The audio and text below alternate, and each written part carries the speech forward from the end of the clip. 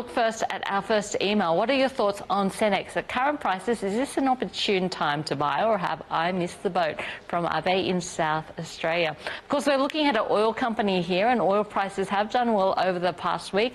I guess this depends on your outlook for the underlying oil price, as well as some of the projects that Cenex has. I mean, Michael, looking at Cenex Energy, is this one that interests you? It's never one that I've invested in or had clients invest in, but it's one that's been around for a number of years, and there's been some positive sentiments towards this company. They do have a very high quality resource, not too far from Santos in the Cooper Basin.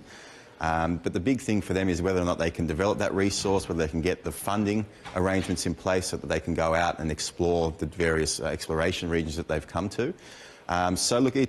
Look, if they do get it right, it could be potentially one of those things that does take off, but there's still a lot of different phases that they've got to go through before they start getting all this gas to market. So they have decided, I think, to build a lot of their own infrastructure as well, so they're not going to be tolling, as they call it, off the likes of Santos and Gladstone, but Santos is a partner as well with them in this project that they've got going. I mean, Michael, what do you see as a potential here? Because surely prices, oil prices that we're seeing at the moment, around $65 a barrel, already priced in. So unless you're extremely bullish oil, you think there's going to be a takeover. Are there any other reasons that you'd be entering in at this point? Well, as you point out, there's a majority shareholder. One of the big shareholders in Cenex is also one of the big shareholders in Santos, and that could potentially lead to that acquisition. And there might be that bit of a premium priced into this share price based on the fact that this acquisition might transpire at some point down the track.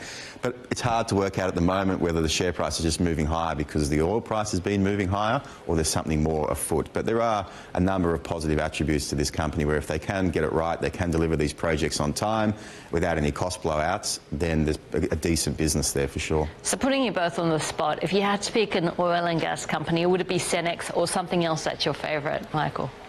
Well, we've had clients actually in Santos, which was a bit of a move away from our investment strategy, and this was going back maybe 18 months ago now. They were doing a lot right on the company level, so they weren't just relying on the oil price moving higher. They were getting their costs down, they were getting their headcount lower, they were paying back a lot of debt, and there was also a lot of takeover speculation, a number of bids coming through for Santos, so that's one that we've had clients in.